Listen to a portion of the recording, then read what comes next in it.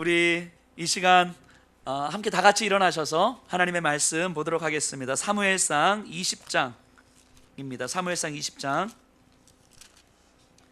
35절에서 42절입니다. 20장 35절에서 42절. 우리 성경 말씀을 다 찾아주시면 감사하겠고요. 사무엘상 20장 35절에서 42절.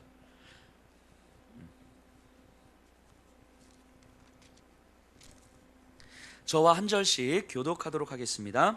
아침에 요나단이 작은 아이를 데리고 다윗과 정한 시간에 들러 나가서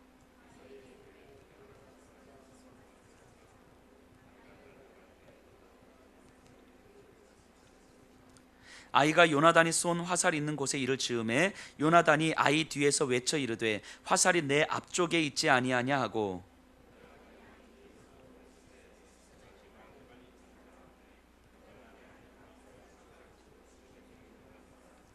그 아이는 아무것도 알지 못하고 요나단과 다윗만 그 일을 알았더라.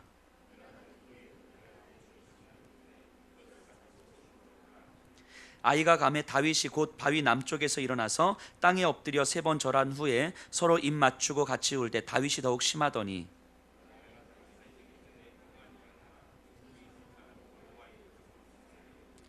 여호와께서 영원히 나와 너 사이에 계시고 내 자손과 내 자손 사이에 계시리라 하였느니라 하니 다윗은 일어나 떠나고 요나단은 성읍으로 들어가니라. 아멘. 자리에 앉아주시기 바랍니다. 우리 지난주 요절이 있었습니다. 사무엘상 19장 24절의 말씀이었는데요. 다 외우셨죠? 우리 함께 암송해 볼까요? 시작. 그가 또 그의 옷을 벗고 사무엘 앞에서 예언을 하며 하루 밤낮을 벗은 몸으로 누웠더라. 그러므로 사울도 속담에 이르기를 사울도 선지자 중에 있느냐 하니라. 아멘. 헷갈려요. 자, 이 말씀 꼭 암송하셔야 됩니다. 말씀. 저는요 머리가 좋은 사람은 아니거든요. 근데 되게 성실한 스타일이에요. 그래서 한 번에 딱 못 깨닫고 계속 반복해서 깨닫는 스타일이거든요. 그래서 저 같은 사람도 암송을 합니다. 저 같은 사람도. 그러니까 여기 계신 분들은 충분히 암송하실 수 있어요. 하루에 10번씩만 읽으시면 암송합니다. 암송하시면서 또 지난주 들으셨던 말씀 또 기억하시면 좋겠고요. 오늘 말씀은요, 오늘 암송 말씀은요, 제가 42절을 하려고 했어요. 42절. 근데 42절을 하려고 했는데 우리 성도님들이 너무 화를 내실 것 같아서 우리 39절의 말씀입니다. 오늘 암송 구절은 20장 39절의 말씀. 은혜롭죠? 자, 우리 39절의 말씀 우리 다 같이 한번 읽어볼까요? 시작. 그 아이는 아무것도 알지 못하고 요나단과 다윗만 그 일을 알았더라. 아멘. 오늘 이 39절의 말씀을 제가 설교 중에 이 의미를 제가 설명해 드릴 텐데요, 이 말씀을 꼭 기억하시면서요, 하루에 10번씩 이 말씀을 읽으시고 이 말씀의 의미를 좀 우리 마음 가운데 새기셔서 우리에게만 허락된, 오늘 설교 제목처럼 우리에게만 허락된, 교회와 신자들에게만 허락된 그 놀라운 비밀을 우리가 한 주간 좀 묵상하면서 깨달았으면 좋겠습니다. 우리 한국 교회, 한국의 초기 선교사님들이 들어오셔서 복음을 전하면서 교회를 세웠거든요.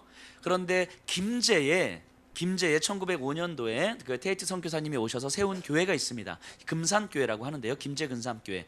몇 가지 유명한 것들이 있어요. 금산교회는 일단은 교회 구조가 기역자 모형으로 이렇게 돼 있어요. 그때 당시는 또 남성과 여성이 함께 자리를 하는 것이 되게 허락되지 않았던 시대였기 때문에 이 왼쪽으로는 여성들, 오른쪽으로는 남성들이 이렇게 앉는 거예요. 선교사님이 가운데, 기역자 모양의 가운데 서서 말씀을 전하고, 그러니까 여성과 남성들이 서로 교류하진 않는 거죠. 서로 못 보는 거예요. 서로 선교사님만 보는 거죠. 이렇게 기역자 교회로 되어 있어요. 지금도 김제에 가면 이 금산교회가 있습니다. 혹시라도 여행 중에 가보실 분들은 가시면 한국 초기 선교사님들의 흔적이 그대로 남아 있습니다. 그런데 또 이 금산교회에 유명한 일화가 하나 있는데, 이 금산교회는 그때 당시에 굉장히 애매한 2명의 사람이 있었습니다. 그때는 여전히 반상의 구분이 있었을 때잖아요. 그런데 지주였던 조덕삼이라고 하는 사람과 그 지주의 머슴이었던 이자익이라고 하는 사람이 한 교회를 섬기고 있는 거예요. 매우 어색하죠. 집에 돌아가면 지주와 머슴인데 교회에 오면 같은 성도인 거예요. 이 조덕삼이라는 사람은 김제 최고의 갑부였거든요. 그래서 거의 대부분의 사람들이 이 조덕삼 씨의 소장농이었고, 그리고 금산교회를 짓기 위해서 땅을 기증하고 교회도 세운 사람이에요. 그러니까 조덕삼 씨 같은 경우는 엄청나게 그 지역에서 유명하고 잘 나가는 사람이었던 거죠. 그런데 이 두 사람이 이제 같은 성도로 섬기는데 어느 날 이제 금산교회에서 장로 선출을 하게 됐어요. 근데 이 두 사람이 최종 후보로 올라왔어요. 조덕삼 씨와 이자익 씨가. 자, 사람들은 당연히 조덕삼 씨가 될 거라고 생각했는데 그 뚜껑을 딱 열어보니까 이자익 씨가 장로님이 선출이 된 거예요. 갑자기 더 애매해진 거예요.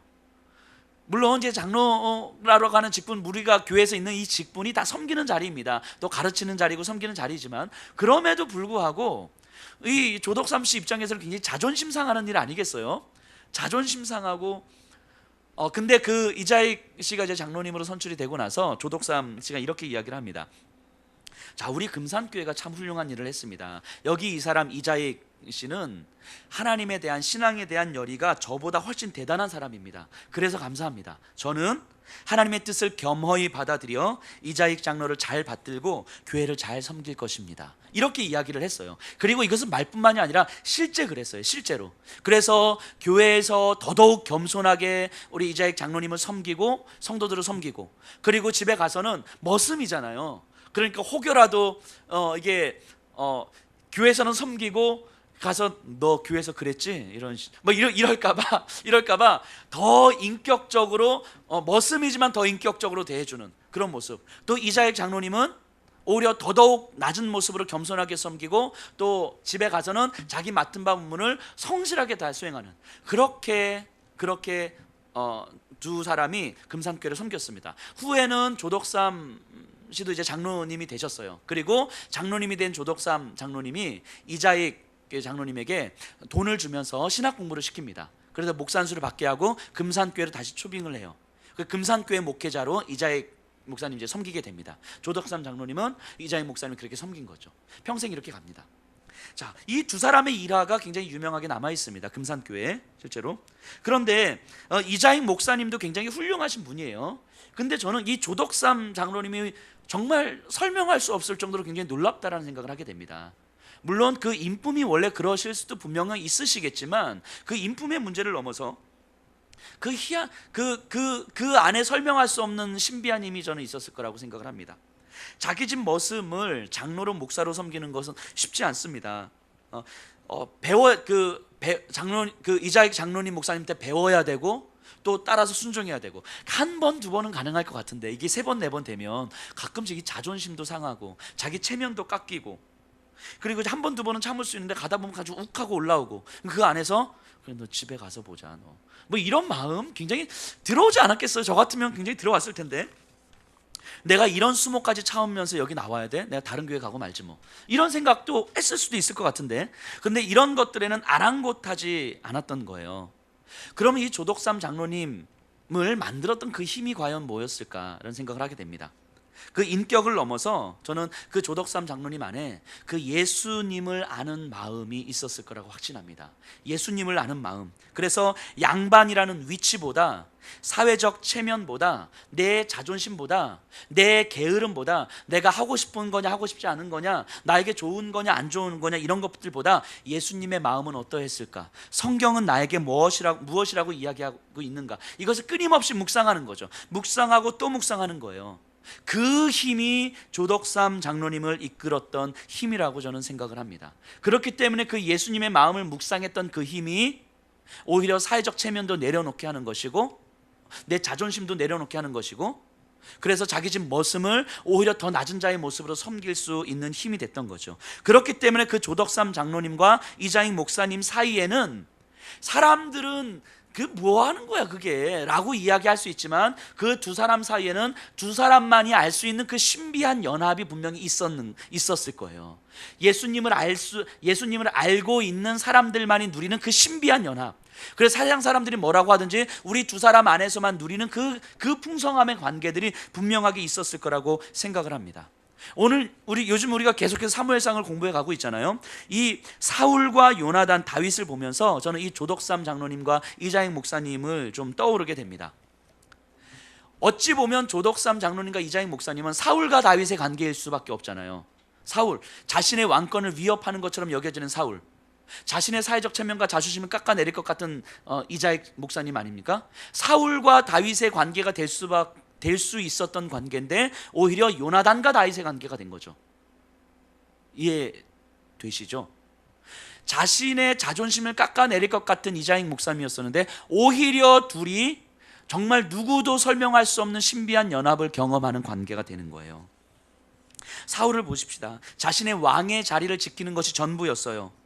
권력의 경험이 사울로 하여금 중독시킨 거예요. 그래서 자신을 위협한다고 여겨지는 것에 대해서 매우 예민하게 반응하게 되는 것입니다. 근데 이게 오늘 살아가는 우리들의 모습이에요. 권력의 중독은 그게 전부가 되는 거예요. 돈의 중독, 사람들의 칭찬과 인정에 대한 중독, 자기 자녀들의 성공에 대한 중독은 그것이 전부가 되는 삶을 만드는 거예요. 아주 우스갯소리로 내가 월급 200만 원 받는데 하나님 제가 한 400만 원만 받았으면 좋겠습니다. 정말 400만 원 받으면 내가 평안하게 이 삶에 만족하면서 살겠습니다 라고 했을 때 400만 원 딱 받게 되면 그 만족합니까? 절대 그렇지 않습니다. 400만 원 받으면 500만 원 받고 싶은 거예요. 500만 원 받으면 700만 원 받고 싶은 거예요. 700만 원 받으면 1000만 원 받고 싶은 거예요. 더 받고 싶은 욕망이 우리를 지배하지. 여기서 만족하고 여기서 이것 좀 더 사라져도 됩니다, 이런 거. 그래서 500만 원 받다가 300만 원 받으면 못 견디는 거예요. 내 것을 뺏긴다라고 생각하면. 시간 사용도 마찬가지인 거예요. 나를 위한 시간들이 필요합니다 하면서 이것저것 하는데 그런 시간들은 더 필요한 거죠. 갈수록 더 필요한 거죠. 나를 위한 시간들이 빼앗기면 못 견디는 거예요. 우리의 삶은 그런 중독들에 익숙해져 있는 거죠. 그런 중독들에. 그리고 그런 중독들에 익숙해진 우리의 삶은 우리는 현실이니까 어쩔 수 없으니까 누구나 다 그렇게 사니까 라는 말들로 그냥 그러면서 살아가는 거예요. 그게 사울이죠. 사울. 그래서 예배 드리는 것도 똑같은 거 아닙니까? 그냥 교회 생활하는 것 똑같은 거죠. 그냥 내가 이 정도 하면 되는 거지 에서 여기서 더 하면 뭔가 억울한 거예요. 그렇죠? 이런 것들이 중독이에요. 내가 중심이 되어서 내가 갖고 있는 것들을 빼앗기지 않으려고 하는 모습들. 이게 사울이죠. 사울. 그렇기 때문에 이것을 빼앗으려고 하는 어떤 위협들에 대해서는 자기도 모르게 방어 기제가 딱 펼쳐지는 거예요. 그래서 이 정도는 안 해야지. 그러면서 이것을 안 하는 것을 끊임없이 정당화시키기 위한 논리를 우리는 만들어내죠. 우리 아이들 때문에, 내 직장 때문에, 힘들어서, 상처받아서 여러 가지 이유들을 만들어내죠. 하지만 그 모든 이유들에도 불구하고 그 근본을 들여다보면 우린 사울인 거예요. 내 것을 빼앗기고 싶지 않은 그런 마음들, 그런 중독인 거죠. 그렇기 때문에 이 사울은요, 그런 방식의 삶을 살아가는 사람들은요, 마음을 나누는 관계를 만드는 게 쉽지 않습니다. 사람을 볼 때에 나에게 유익이 되는 사람인가 아닌가를 기준으로 보는 거예요. 적어도 내가 지키고 싶은 영역을 건드리지 않는 사람을 원하는 거죠. 적어도 이 정도는 건드리지 않고 충분히 관계를 맺을 수 있는 사람들을 원하는 거죠. 그러니까 깊이 마음을 나누는 관계가 안 만들어져요. 안 만들어지니까 굳이 그렇게까지 해야 돼? 라는 방식으로 살아가는 거죠. 그러니까 때로는 많은 사람들을 만나는 것 같은데 굉장히 공허하고 때로는 외롭고, 그래서 더 많은 것들로 채우고 일을 하게 되는 거죠. 18장 1절에 보면 요나단과 다윗의 마음이 하나가 되었다고 이야기합니다. 하나가 되었다라는 건 뭐냐면 마음과 마음이 서로 연결돼서 매듭지어졌다는 얘기예요. 매듭지어졌다는 얘기. 매듭지어졌다는 얘기는 환경 상황에 의해서 이것이 깨지는 게 아닌 거예요. 어떤 환경이든 상황이든 나에게 어떤 손해가 오든 상관없이 이 매듭은 그냥 유지되는 거예요. 이게 마음과 마음이 나누어지는 거죠. 이게 다윗과 요나단 사이의 관계예요. 근데 사울은 절대로 이런 관계를 맺을 수가 없습니다. 왜냐하면 내 마음을 나눌 만한 준비가 안 돼 있거든요. 왜냐하면 나는 내 마음 안에서 내가 지키고 싶은 욕망들이 너무 가득 차 있기 때문인 거거든요. 이 정도를 건드리지 않은 영역에서 우리는 관계를 맺고 싶은 거고, 나를 조금 더 지키는 방식으로 우리는 관계를 맺고 싶은 거죠. 어쨌든 그렇게 사울은 그런 관계를 맺고 있고, 다윗과 요나단 사이에서는 마음과 마음이 연결되는 매듭의 관계들을 만들고 있어요. 그래서 20장 1절 오늘 본문인데요, 20장 1절에 보면요, 이렇게 나옵니다. 다윗이 라마 나요에서 도망하여 요나단에게 이르되 내가 무엇을 하였으며 내 죄악이 무엇이며 내 아버지 앞에서 내 죄가 무엇이기에 그가 내 생명을 찾느냐. 다윗이 요나단에게 이제 억울함을 호소합니다. 도대체 내가 뭘 잘못한 거야? 뭘 잘못했길래 너의 아버지가 나를 죽이려고 해? 그러니까 다윗 입장에서 보면 지금 미치고 팔짝 뛴 노릇이죠. 그 요나단이 아니야, 우리 아버지가 너를 그렇게 그냥 순간 감정이 욱해서 그랬을 거야. 그러니까 다윗은 아니, 너희 아버지는 나를 완전히 죽이려고 하는 거야. 그러니까 요나단과 다윗 사이에서 이제 얘기를 하는데, 그럼 우리 한번 확인해 보자. 그래서 이 20장 이하의 내용이 이런 내용이에요. 어떤 방식으로 확인을 하냐면, 매월 초하루가 되면 사울과 그의 신하들이 함께 모여서 신에게 제사를 드리고 함께 식사를 하는 자리가 있습니다. 3일 동안. 다윗도 당연히 그 자리에 있어야 되는 거예요. 근데 다윗이 요나단에게 이야기하는 거예요. 내가 그 자리에 안 가고 그 옆에 내가 숨어 있을 테니까 사울이 만약에 이 자리에 다윗이 없는 것을 보고 다윗은 어디 갔지? 라고 물어보면 요나단, 네가 이렇게 대답해라. 베들레헴에 우리 가족의 제사가 있어서 급하게 제사를 드리러 가느라고 요나단 자신에게 이야기를 했고 내가 가라고 이야기했습니다. 근데 그 얘기를 듣고 사울이 화를 내지 않고 가만히 있으면 아무 일도 없는 것이요, 화를 내면 나를 죽이기로 작정한 것이라고 우리가 알자. 이렇게 이제 시험을 하는 거예요. 그리고 만약에 사울이 다윗을 죽이기로 작정하였다면 그것을 어떻게 나에게 알려줄 거냐라고 얘기했을 때 요나단이 이렇게 이야기를 합니다. 그러면 너 저쪽에 숨어 있어. 저 숯불 가운데 숨어 있어. 그럼 내가 내 부하를 시켜서 내가 화살을 쏜 다음에 부하에게 너 화살 좀 가지고 와라 하면서, 자, 화살이 이쪽에 있으니까 이 화살 가지고 와라, 이쪽에 있으니까 라고 이야기하면 사울은 아무 일도 없이 너를 죽이지 않는 것이고, 자, 화살이 너의 앞쪽에 있으니까 너 앞쪽에 있는 화살을 가지고 와라, 이렇게 이야기하면 사울이 너를 죽이는 것으로 알아라, 이렇게 이야기한 거예요. 이해되시죠? 이 상황, 지금 이게 20장 이하에서 다윗과 요나단이 나누는 이야기예요. 그러니까 어떤 걸로 사인을 한 거예요? 자, 화살이 이쪽에 있다라고 소리를 치면 사울은 다윗을 죽이지 않으리라고 이제 마음 먹은 거고, 다 화살이 너의 앞쪽에 있다라고 이야기하면 죽이겠다라고 마음 먹은 것인 줄 알아. 우리끼리 사인인 거죠. 저는 이 본문을 20장을 쭉 묵상하면서 저 같은 사람은요, 그거 듣고 나서 이제 며칠 지나고 나면 이게 이쪽이 죽이기로 한 건가 저쪽이 죽이기로 한 건가 막 헷갈렸을 것 같아요.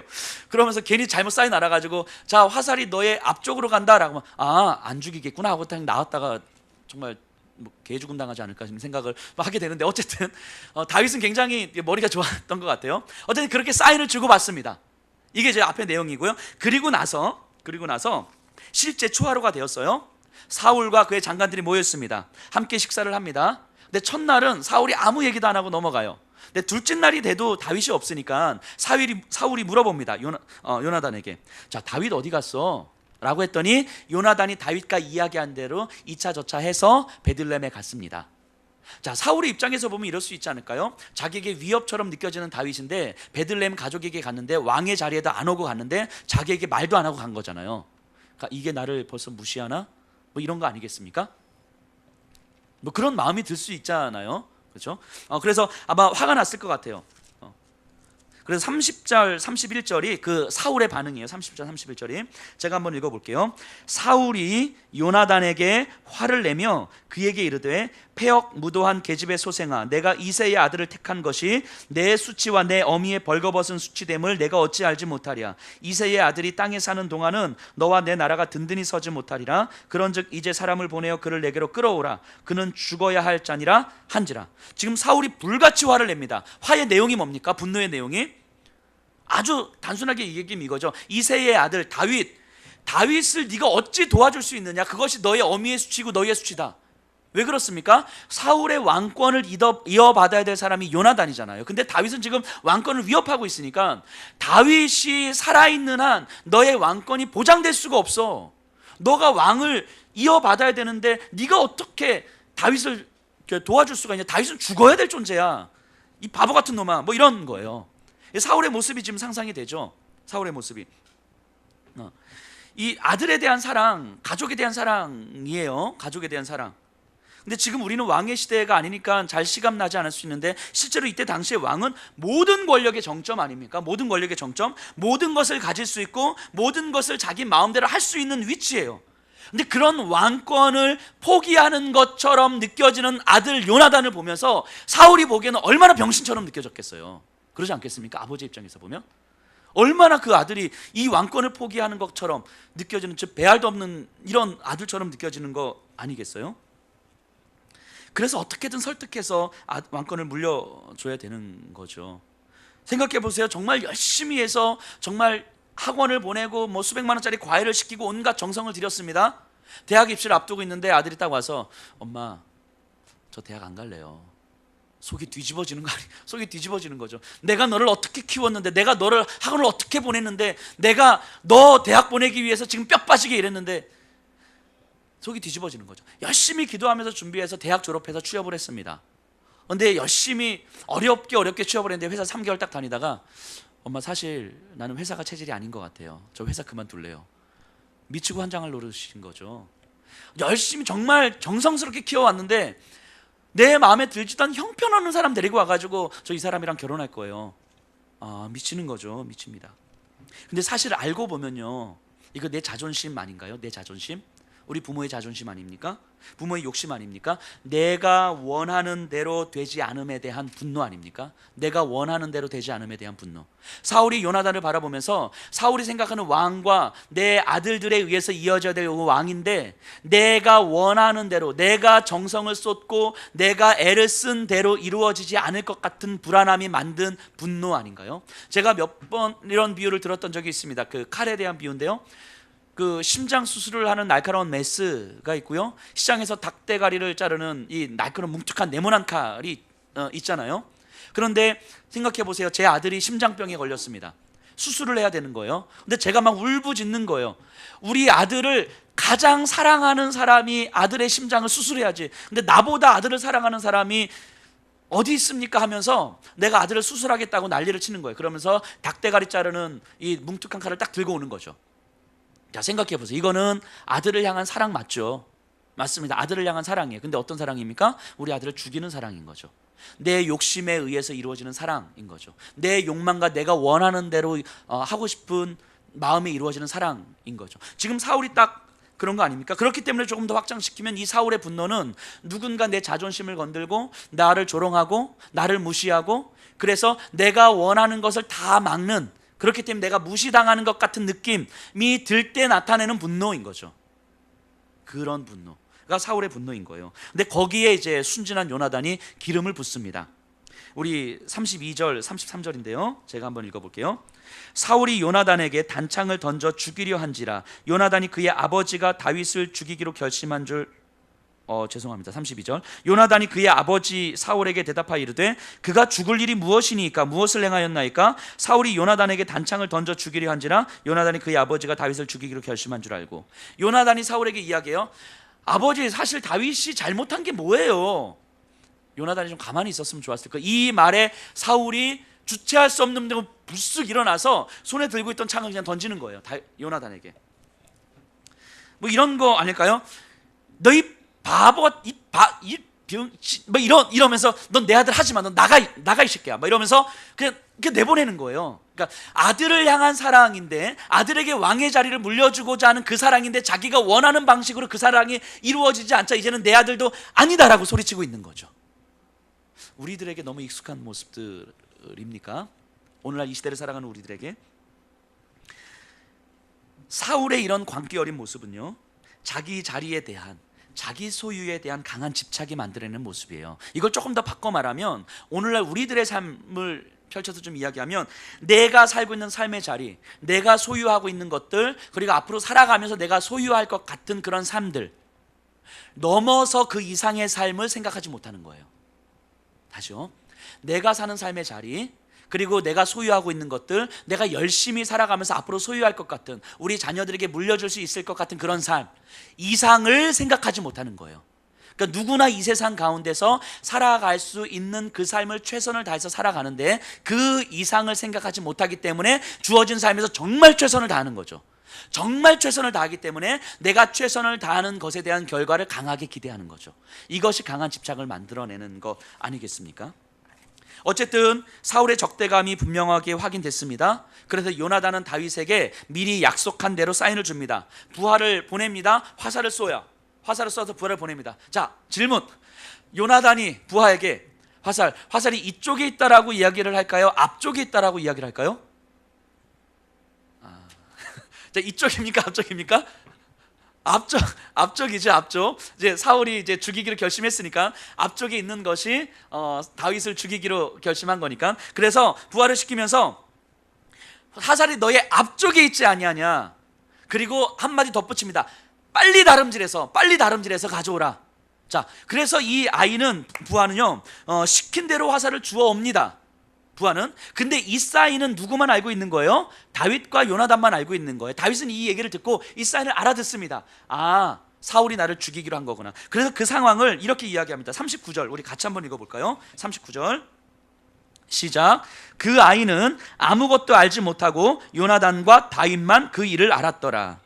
자, 두 사람만 아는 비밀이에요. 이 구절을 좀 기억하셔야 돼요. 그 아이는 알지 못하는 사람이 있고요, 그리고 그 두 사람만, 소수의 특별한 사람들에게만 허락된 비밀이 있는 거예요. 이 구조를 기억하셔야 됩니다. 이 본문을 읽는데 놀랍게도요, 성경 안에서, 신약 안에서 이것과 똑같은 구조를 갖고 있는 구절이 나오더라고요. 이것과 똑같은 구조가 있는 구절. 요한복음 2장에 보면요, 가나에서 혼인잔치가 벌어집니다. 혼인잔치에는 자연스럽게 포도주가 있어야 되는 거잖아요. 그런데 포도주가 떨어졌어요. 예수님의 어머니 마리아가 예수님에게 포도주가 떨어졌는데 어떻게 할까? 라고 했더니 예수님이 하인들을 쭉 불러놓고 항아리를 다 갖다 놓고 항아리에 물을 가득 채워라 라고 이야기합니다. 하인들은 가득 채워요. 그리고 나서 이 물을 떠서 갖다 주어라. 갖다 주었더니 이것이 포도주가 된 거예요. 물이 포도주가 된 기적이 일어난 거죠. 그런데 이 포도주가 엄청 맛있었나 봐요. 엄청 굉장히 잘 숙성되고 적당한 온도에서. 그래서 그 최고로 맛있는 포도주가 프랑스 와인이 아니라 그 칠레 와인이라고 하던데, 그렇죠? 우리 백강진 집사님이 끄덕끄덕 하시면서, 그렇죠, 감사합니다. 저는 잘 모르겠어요. 나중에 같이. 자, 어쨌든 굉장히 맛있는 포도주였던 것 같아요. 그러니까 사람들이, 연회장에 온 사람들이 이 포도주를 마시면서, 아니 이런 포도주를 왜 이제까지 숨겨놨어 하면서 사람들이 막 난리가 난 거예요. 너도 나도 먹겠다고 한 거예요. 이 포도주가 어디서 났는지는 별로 관심 없어요. 이 포도주가 맛있기 때문에 먹고 있는 거예요. 이런 장면이에요. 이런 장면에서 요한복음 2장 9절이 나옵니다. 우리 요한복음 2장 9절 한번 찾아볼까요?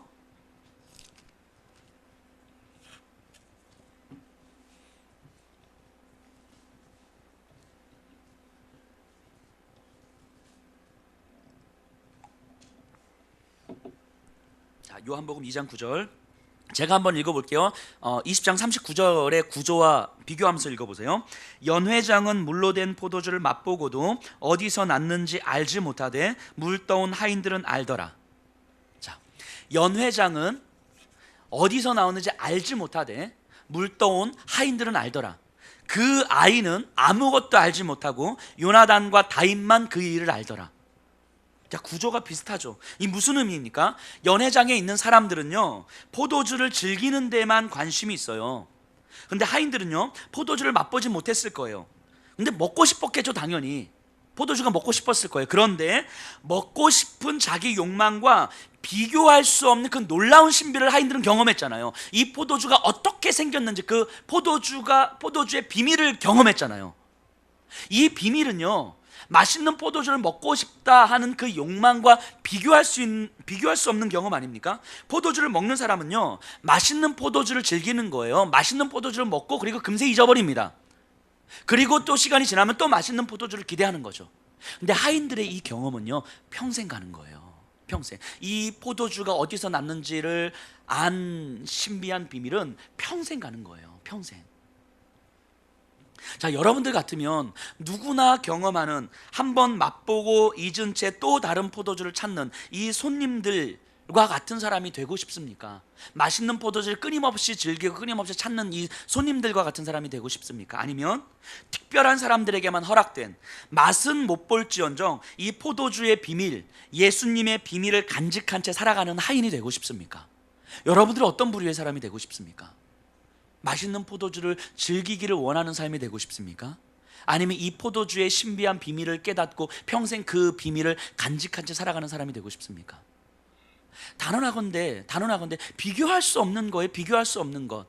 특별한 사람들에게만 허락된 이 포도주의 비밀, 특별한 사람들에게만 허락된 이 예수 그리스도의 비밀, 이것을 간직한 채 살아가는 건 포도주를 한번 맛보는 것과는 비교할 수 없는 삶인 거예요. 비교할 수 없는 삶. 이것이 예수님을 믿는 자들에게, 예수님을 아는 자들에게 허락된 비밀이에요. 이 세상의 왕의 자리가 아무리 탐이 나고, 조금 더 갖고 싶은 욕망이 아무리 크고, 조금 더 쉽고 조금 더 놀고 싶은 욕망이 아무리 크고, 그리고 내가 가지고 있는 것들을 잃어버리는 것에 대한 좌절과 절망이 아무리 크다 할지라도, 그래도 나에게만 허락된, 교회에게만 허락된 이 비밀을 우리는 가지고 있는 거예요.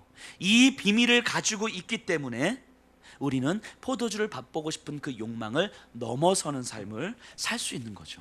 이것이 교회에 허락된 비밀인 겁니다. 요나단과 다윗 사이에는 이런 비밀인 거예요. 요나단에게 보장된 그 왕의 자리와 비교할 수 없는 비밀인 거예요. 근데 그건 아무도 몰라요. 그래서 세상 사람들은 너 왜 그렇게 살아? 왕의 그딴 게 뭐가 중요하다고 왕의 자리와 바꿔, 이 바보 같은 놈아라고 세상은 이야기하지만, 요나단 안에는 그 왕의 자리와 비교할 수 없는 신비한 비밀이 있는 거예요. 그래서 가슴 뜨거운 사랑을 나누는 것이고, 가슴 뜨거운 헌신과 하나님께 대한 순종을 할 수 있는 거예요. 사람들은 모르지만 요나단과 다윗은 그것을 나누는 거죠. 그게 그리스도인들, 그게 신자들, 그게 교회 아닙니까? 세상은 교회를 바라보면서 왜 이렇게 바보처럼 살아? 왜 그딴 것 때문에 이렇게 살아? 라고 이야기하지만, 우리 안엔 그 신비한 비밀이 나눠지는 거잖아요. 그래서 흔히 교회 안 다니시는 분들이 교회 다니는 사람들한테 희한하다고 이야기하잖아요. 이 주말에 귀한 시간을 내서 예배 와서 뭔가 멍하니 앉아있고, 그리고 봉사하다가 심지어 자기 돈까지 내. 이해할 수 없는 사람들인 거예요. 신자들은 이해할 수 없는 사람들인 거죠. 그런데 세상은 이해할 수 없는 모습을, 우리는 그 신비한 비밀을 간직하고 있기 때문에 충분히 그렇게 살 수 있는 거 아닙니까? 충분히. 자, 오늘 우리가 살아가는 시대를 자본주의 사회라고 이야기하잖아요. 자본주의 사회. 자본주의 사회의 핵심이 뭡니까? 자본주의 사회의 본질적인 속성이 뭐죠? 여러 가지를 설명할 수 있겠지만, 가장 기본적으로 모든 것을 상품화시키는 사회가 자본주의죠. 모든 것을 상품화시키는 사회, 돈을 주고 살 수 있는 사회, 심지어는 사람까지도 상품화시키는 사회가 되는 거잖아요. 상품화라고 하는 것은 수요를 촉발시키는 거잖아요. 그렇기 때문에 내가 이 컵을 사고 싶다라고 하는 건, 내가 이 컵에 대한 결핍을 느낄 때 이 컵을 사는 거잖아요. 우리 집에 컵 너무 많고 나는 이제 컵 더 이상 필요하지 않아 라고 하면 컵 사지 않아요. 그러니까 상품화시킨다라는 것, 수요를 촉진시킨다라고 하는 것은 결핍을 만들어내는 거예요. 결핍을 만들어내서 우리로 하여금 소비하게 하는 거예요. 소비하게 하는 것. 그래서 우리는 핸드폰이 있음에도 불구하고 핸드폰에 대한 결핍을 느끼잖아요. 그러니까 새로운 핸드폰을 또 사는 거죠. 옷이 있음에도 불구하고 우리는 옷에 대한 결핍을 느끼잖아요. 그러니까 옷을 또 사는 거죠. 차가 있음에도 불구하고 차에 대한 결핍을 느끼잖아요. 그러니까 차를 또 사는 거죠. 심지어 목회도 마찬가지 아닙니까? 목회도 자본주의적으로 이루어지는 거예요. 제가 목회를 하고 있는데, 예를 들면 우리가 이제 시간이 지나가면서 우리가 한 200여 명이 이제 예수평학교에 이제 출석을 하게 됩니다. 그러면 이 200명을 목회하는데도 불구하고 목회자들이 결핍을 느끼는 거예요. 그러니까 더 많은 사람이 왔으면 좋겠는 거죠. 끊임없이 우리의 삶 속에서 결핍을 느끼기 때문에 무언가를 소비하고 싶은 욕망들이 이루어지는 거예요. 그래서 소비하면 내가 행복할 것 같고, 덜 소비하면 덜 불행할 것 같은 거죠. 이 삶을 반복해서 사는 거 아니겠습니까? 그래서 끊임없이 우리는 더 소비하려고 하는 열망을 추구하는 거죠. 우리가 살아가는, 돈 버는 이유가 뭐예요? 여기 계신 분들이 돈을 버는 이유가 뭡니까? 조금 더 소비하고자 하는 거잖아요. 조금 더 소비하고자. 그리고 조금 더 내 자녀들에게 더 많은 소비를 할 수 있도록 물려주기 위해서 일하는 거 아닌가요? 그러니까 우리의 평생의 삶은 이렇게 소비에 지배되는 삶을 사는 거예요. 이게 우리의 삶인 거예요. 이게 우리의 삶, 평생. 이 소비 생활을 넘어설 수 없는 시대를 우리는 살아가는 거죠.